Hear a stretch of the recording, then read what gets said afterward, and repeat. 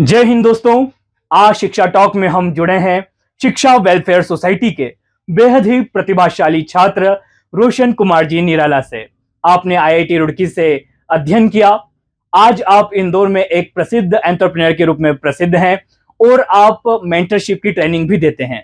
तो आज मैं रोशन सर से पूछना चाहूंगा किस प्रकार से आपने शिक्षा वेलफेयर सोसाइटी से जुड़कर 2008 से आपने अपनी यात्रा प्रारंभ की और तमाम प्रकार की चुनौतियों का सामना करते हुए आप एक गांव से निकले हुए हैं और चुनौतियों का सामना करते हुए आज आपने एक बेहद ही अच्छा मुकाम आपने हासिल किया है। तो मैं पूछना चाहूंगा कैसे आपकी ये यात्रा रही। तो मैं आपको धन्यवाद देना चाहूँगा कि एक बहुत ही अच्छा इनिशिएटिव है कि एक छात्र को किस तरह से एक अनजान से शहर में एक बच्चा आता है और अपनी शिक्षा को पूरी करता है। सिर्फ अपनी शिक्षा को ही पूरी नहीं करता, उसके अलावा उसके जो ड्रीम्स होते हैं वो भी उसको परस्यू करने के लिए शिक्षा का एक बहुत ही योगदान रहा है। सर मैं बताऊँ कि जब मैं 2008 में आया था, एक छोटे से गाँव से आता हूँ और यहाँ पे एक अनजान शहर ही होता है हमारे लिए। और उस वक़्त ना आप किसी को जानते हैं, ना आपको पता होता है कि कौन-सा शिक्षक सही है, कहाँ पे रहना होता है, बहुत सारी उस वक़्त चुनौतियाँ रहती है। और हम ये देखते हैं कि उस वक़्त उस चुनौतियों से कैसे लड़ा जाए और सबसे बड़ा प्रश्न ये होता है कि आपको किस तरह से तैयारी करनी है कि आपका सिलेक्शन हो जाए। सर आप भी जानते हैं कि बहुत सारे लोग आते हैं लेकिन कुछ लोग ही सिलेक्ट हो पाते हैं। तो उसमें जो मैं अगर मैं कहूँ कि मेरे लिए वरदान साबित है, तो बिल्कुल मेरे लिए वरदान है। अगर आज शिक्षा टॉक नहीं होता, तो शायद मैं आज यहाँ पर नहीं होता आपके सामने, मैं आज बात नहीं कर रहा होता। तो एक हमने कोचिंग तो किया ही साथ में, आप समझ सकते हैं कि कोचिंग के दौरान भी बहुत सारी मुसीबतें आती हैं। तबीयत खराब हो जाना, है ना? किसी भी तरह का लोकल गार्डियन नहीं होना, घर से आप जब दूर होते हैं, तो एक एक अभिभावक के रूप में भी काम करते हैं। और बिल्कुल इस तरह से निरंतर चलता रहा।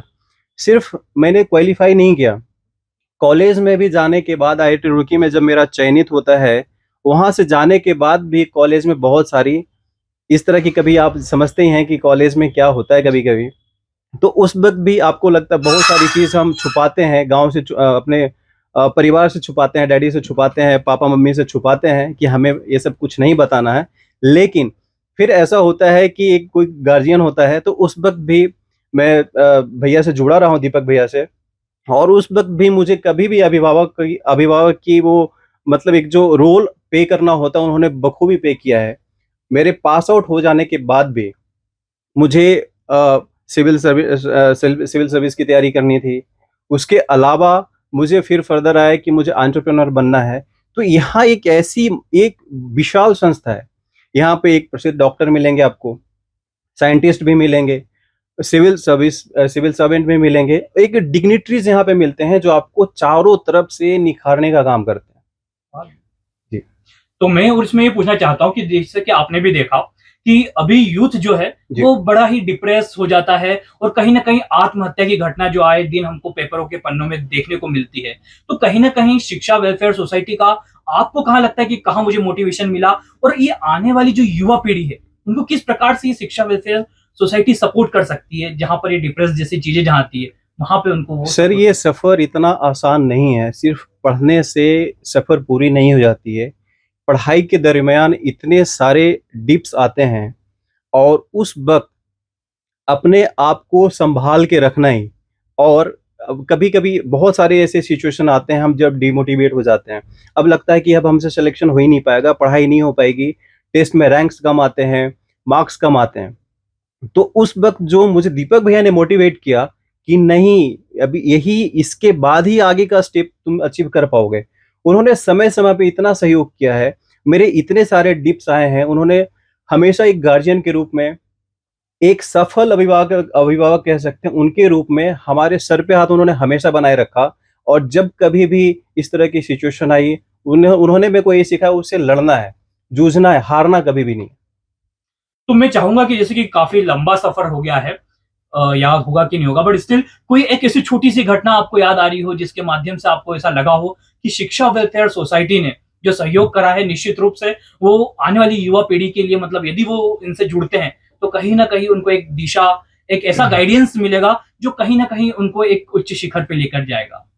सर मैं भी उसी छात्रों में से आता हूँ जो कल एग्जाम होने वाला होता है और शाम को हम बहुत ज़्यादा डिप्रेस फील करते हैं। कभी कभी इस तरह की विडंबना की स्थिति होती है, बच्चे एक्सक्यूज भी बनाते हैं, मेरा भी मन कर रहा था कि एग्जाम देने ना जाऊं, है ना। जी। तो उस वक्त भी रात में फोन लगा करके मैं उनसे उनसे बात की कि नहीं इस तरह से हो रहा है। लेकिन जब वो एक प्रक्रिया है ना उनकी मेंटरशिप देने की, एक तरह की आपको वो समस्या से जूझने के लिए जो उनकी प्रक्रिया है वो काबिल तारीफ है। अगर शायद मैं उनसे बात नहीं कर पा रहा होता तो मैं ये आईआईटी में सिलेक्शन नहीं लिया होता। तो आप ये कह सकते हैं कि आज मैं एंटरप्रेन्योर बना हूँ, वो लोगों को मोटिवेट भी करता हूँ, तो कहीं न कहीं नहीं, पूरी ज़िम्मेदारी, पूरी उन श्रेय उनको जाता है।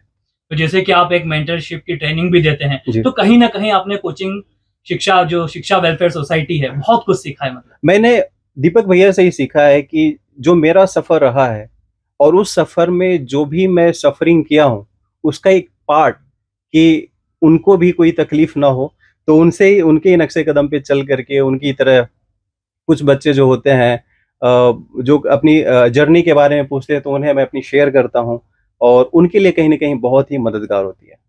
अब जैसे कि आप सभी को पता ही है कि इंदौर एक एजुकेशन हब बन चुका है जी। और कहीं न कहीं आने वाले समय में जैसे मेट्रो इंदौर में आ रही है, तो कहीं न कहीं एक बोल सकते हैं पूरे भारतवर्ष का जो यूथ है, कहीं न कहीं इंदौर में अट्रैक्ट हो रहा है। अभी जैसे युवा हमारे महापौर बने हैं, जी। तो कहीं न कहीं बहुत बड़ी संख्या में युवा इंदौर से जुड़ रहा है।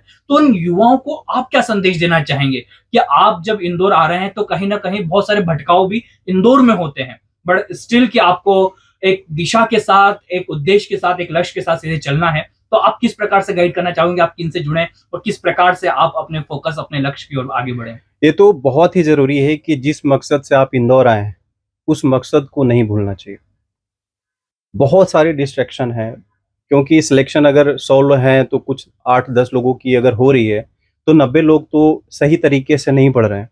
मैं ये नहीं कह रहा हूँ कि 90 लोग डिस्ट्रैक्ट हैं। डिस्ट्रैक्शन के अलावा भी एक पढ़ाई का डिसिप्लिन होता है।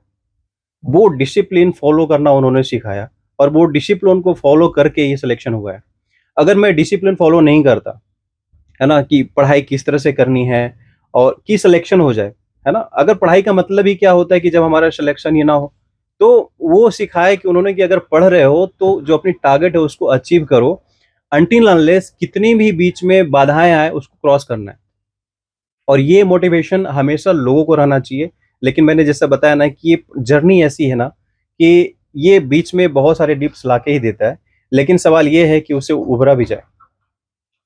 जैसे कि आपने आईआईटी रुड़की से पढ़ाई की, तो वहाँ पे बहुत सारे बच्चे आपको वहाँ पर मिले होंगे या इस सफ़र में बहुत सारे बच्चे मिले होंगे जिनको सही दिशा नहीं मिली होगी। जी। तो उनके लिए आप क्या गाइड करना चाहेंगे? किस प्रकार से वो पढ़ाई करें, किस प्रकार की कोचिंग संस्थाओं में जाएँ और किस प्रकार से अपनी लाइफ़ को आगे बढ़ाएँ? कोचिंग तो है ही, कोचिंग के अलावा भी एक होता है मार्गदर्शन, है ना? आप जो सीनियर्स हैं, जो कुछ सेलेक्टेड हैं, उनसे बातें करें। लेकिन उसको ऐसा भी मैं नहीं बोलता हूँ कि आप उन्हें फ़ॉलो करें। आप उनकी देखिए उनकी फिटमेंट कहाँ पे आप में एडजस्ट कर रहा है। क्योंकि वो भी कहीं न कहीं उस वक़्त भी तो न्यू रहे होंगे ना, वो भी आपके ही जर्नी में रहे होंगे। तो आप अपना मतलब जो सिलेबस होता है उसको आप टारगेट में रखिए। अपार्ट फ्रॉम दैट क्या-क्या लैकिंग है, उसको आप उनसे सीखिए और जो भी गैप है उसमें आप फिट कर दीजिए। तो अंत में मैं आपसे चाहूँगा कि आप शिक्षा वेलफेयर सोसाइटी के माध्यम से बहुत सारे बच्चे यहाँ इस संस्था से जुड़े हुए हैं, तो उनको मार्गदर्शित करते हुए आप कुछ शब्द कहें? मैं यही कहना चाहता हूँ कि अपनी लक्ष्य से कभी भी हटना नहीं है, भटकाव की स्थिति कभी नहीं होनी है और जब भी कभी भटकाव की स्थिति हो, तो अपने माँ-बाप की शक्ल याद कर लो और एक डिसिप्लिन लाइफ बहुत ज़्यादा ज़रूरी होता है। अगर सिलेक्शन कुछ भी आप करते हो सर, तो आप डिसिप्लिन लाइफ तो होती है। आपको इस टाइम पे ये करना है, क्या करना, वो डिसिप्लिन बहुत ही ज़्यादा ज़रूरी है और साथ-साथ में बड़ों का मार्गदर्शन और सहयोग, दीपक भैया का सहयोग। अगर आज मैं शिक्षा से नहीं जुड़ा होता, तो आज मैं आईआईटी में नहीं गया होता। बहुत ये है हमारे लिए वो प्रेरणा है, एक तरह से प्रेरणा स्रोत कह सकते हैं। बहुत-बहुत धन्यवाद। तो दोस्तों आज हम जुड़े रोशन कुमार जी निराला जो कि शिक्षा वेलफेयर सोसाइटी के बहुत ही प्रतिभाशाली व्यक्तित्व हैं और निश्चित रूप से इनके माध्यम से कहीं न कहीं जो संकल्प हमारे देश के महापुरुषों का रहा है, भारत को विश्व गुरु बनाने का, उस संकल्प की ओर हमारे रोशन सर निकल चल पड़े हैं। तो ऐसे ही हम आपसे भी अ चाहते हैं कि आप भी इस प्रकार से शिक्षा वेलफेयर सोसाइटी से जुड़े रहें और भारत के भविष्य को गढ़ने के लिए आगे बढ़ते रहें। जय हिंद, जय भारत।